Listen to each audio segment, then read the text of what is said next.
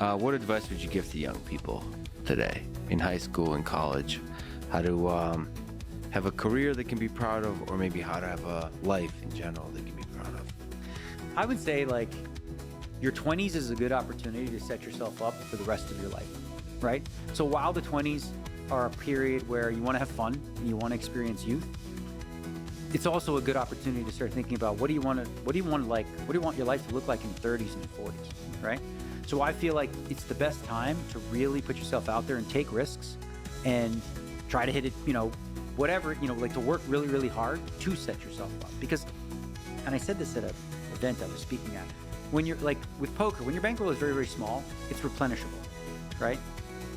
You don't need to protect it as much as you do once you've got something, right? Once you have a brand or you have money or you have something like that, that's when you want to start protecting it. But in your 20s is an opportunity to just really sort of to work really, really hard to set yourself up, for the future. I am concerned a little bit, like every time I talk to kids today, I'm like, what do you want to be? They all want to be YouTubers or Instagram stars or rappers, right? Like, okay, it's like, that's cool, but like there's only so many of those that there can be. So it might be worthwhile having a little bit of a backup plan. I think it's easier to be successful on Instagram and social media if you do something else. And I would say this too. One other thing I would say is don't choose a profession or an idea because you think it'll make you rich, right? Pursue something that you actually love.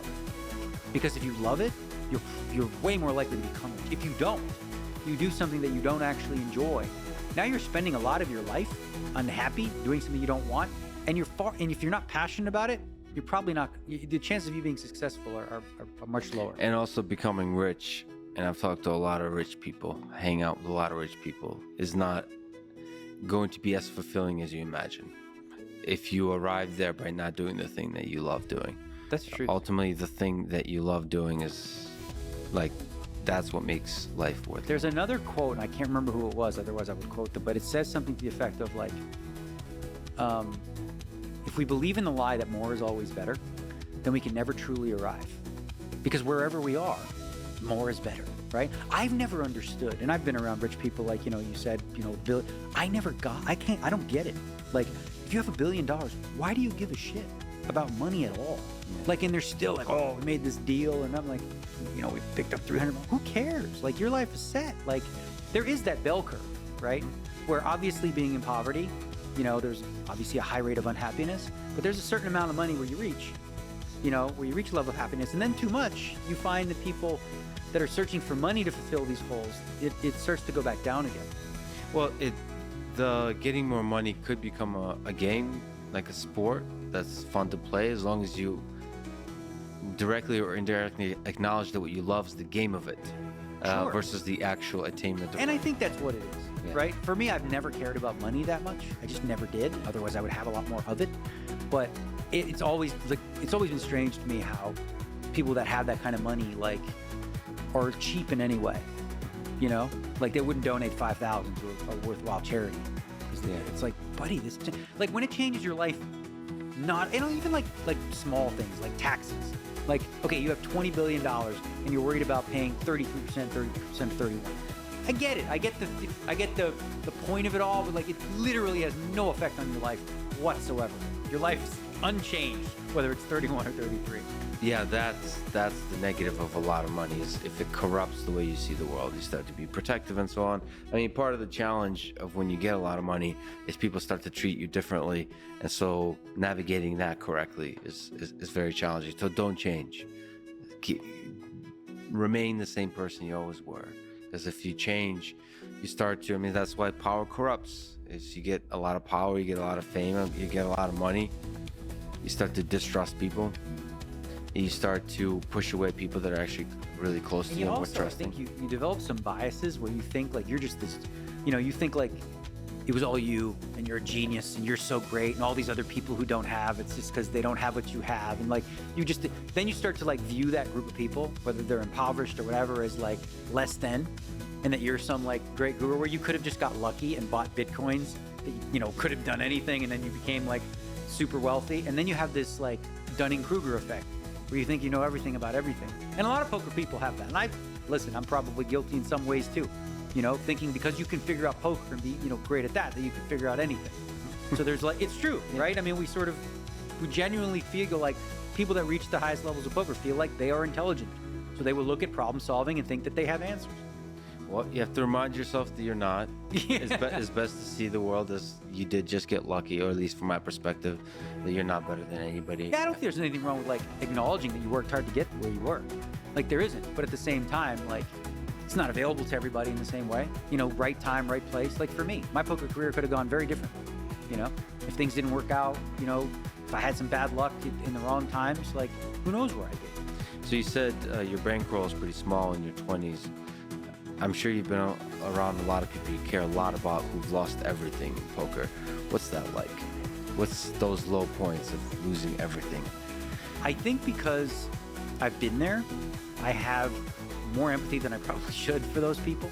I really feel for them because I remember being in Vegas and being totally broke, and a guy loaning me $400 and me turning that 400 into 20,000, $400, and it was eternally grateful of that.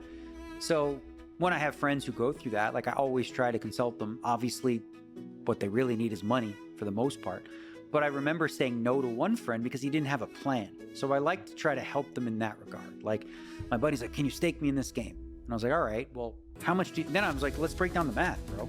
You want me to stake you, so you get 50% of the profit, right? So I said, how much do you think you can make in this game? How much does the biggest winners make? He's like, well, I could probably, I'd probably do 20,000 a month in this game. So, okay. So you get half of that because I get 10, right?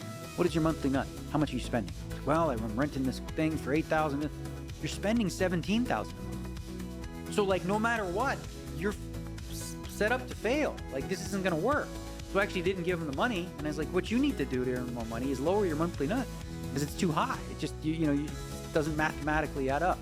So trying to set them right in that regard is something that I feel obliged to do, especially if they're friends. But what about the mental aspect of the struggle they're going through, the struggle you were going through? Just, it's really rough to have no money. It's not for everybody. This really isn't. A lot of people might, listen to this and think oh, I want to play poker. It's most people fail. Most people who want to play in the NFL, they spend their college years, they're most of them are not going to make it. Most of you who try to play poker professionally are going to fail, and you're going to experience despair, okay? There are those, like in anything, that have the passion, have the know-how, have the luck, and all that sort of stuff, and it all pans out. But, they're the minority. And so for the low points, if you remember, what does it take to sort of overcome the mental struggle? You're making it sound like certain people are just genetically able to, and certain I do think some people are more apt to being able to deal with adversity and having resilience, and some people just can't hack it. But I generally, what I would advise, people that are, let's say a guy's playing, really high stakes or whatever, doing badly, is step number one is take a little bit of a break here. Let's recalibrate, and let's start small again. Let's restart, and let's play smaller stakes, and let's get our confidence back. Because in poker, without confidence, you cannot be successful. It is incredibly important to have almost an inflated level of confidence in yourself, because you're up against it, right? As I said, the majority of people fail. So why are you special? Why are you different? You have to be pretty confident about yourself to think that you are one of the chosen ones. And then don't resist the despair and take a nap. Yeah, definitely take a nap. And better. Listen, it's okay to experience it. Like I said, yeah, you're going to experience despair. What else? What should you be feeling? If things are going poorly and you just lost all your money. Excited? Maybe okay, have your moment of grief. Allow yourself to experience it so that you can, reassemble. There's a fundamental way in which you haven't really lived life if you haven't experienced periods of despair. You have a jaded view of the world, right? It's a weird thing about the human condition that both the highs and the lows are important. Yeah.